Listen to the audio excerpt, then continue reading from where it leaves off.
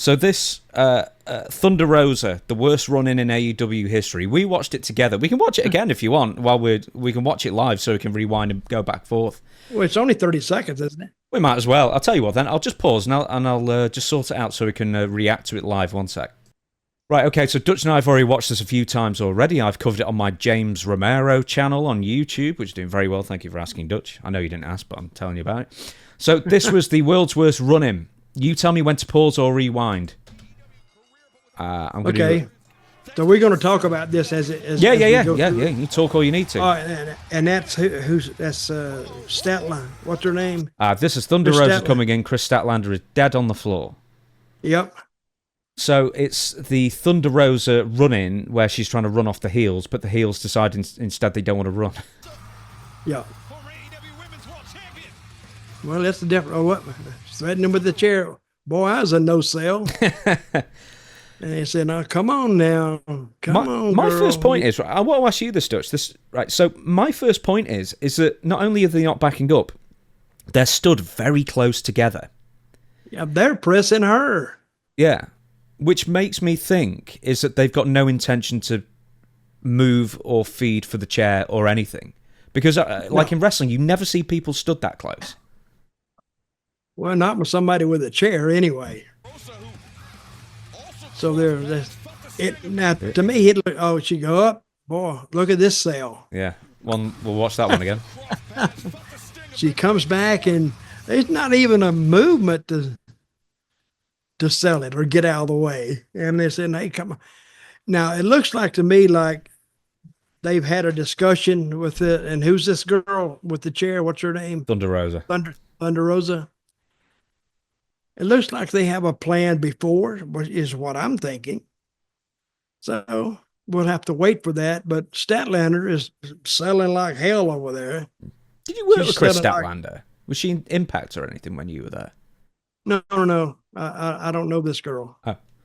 But she's pretty good. She's a good talent. She really is. It's this bit that gets me. Penelope Ford just wanders up and starts grabbing the chair.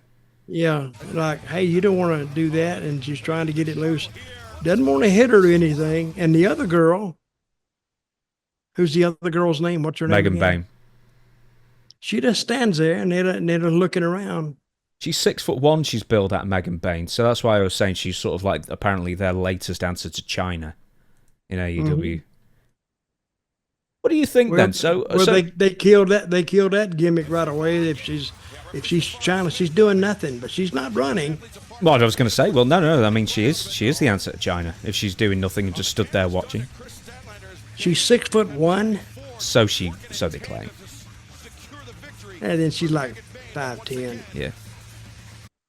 But all right, so you see all that, Dutch, then. So there were loads of different theories. I do see that. Do you think they did that on purpose to screw Thunder Rosa over, or do you think they just, between them, they've got 20 years experience and they don't know how to run away from someone with a chair? No, I don't think they did it on purpose. Oh, really? I think this was all planned because there's your deal again on your face. Yeah, I don't remember. See it again. No, I think it was all planned.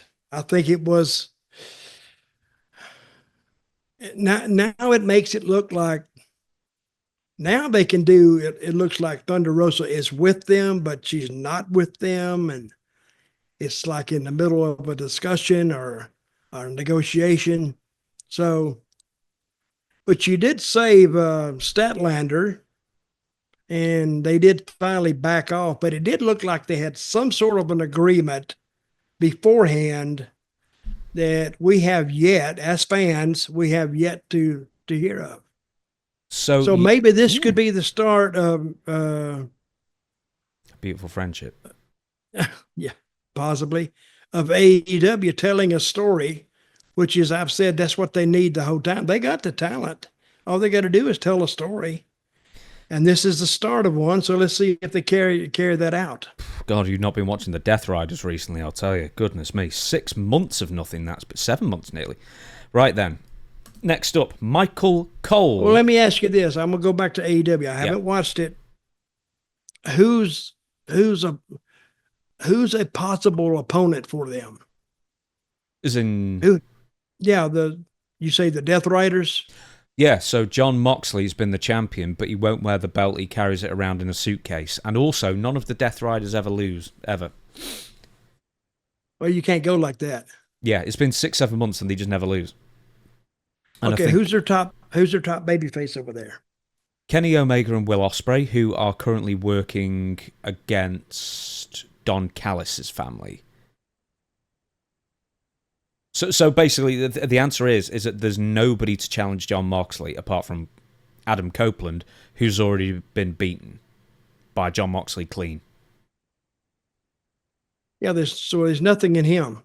No, not right now. He'd have to start another story, and actually do a backstory. See, in wrestling, sometimes you got to repush someone. They got the talent. And who did you say that you just mentioned that he's already lost once? What's his name? Well, that's something else. Oh, no, we talked about this just before you had a sabbatical again. It used to be Edge, and then he went and then he used his real name, Adam Copeland, and now he's simply known as Cope. Mm-hmm. Well, if they wanted to use him, because his background's not going to leave. People remember him as they remember him. But I think that possibly they could do something with him. I'm sure they could do something with him. They just got to retell the story again. Next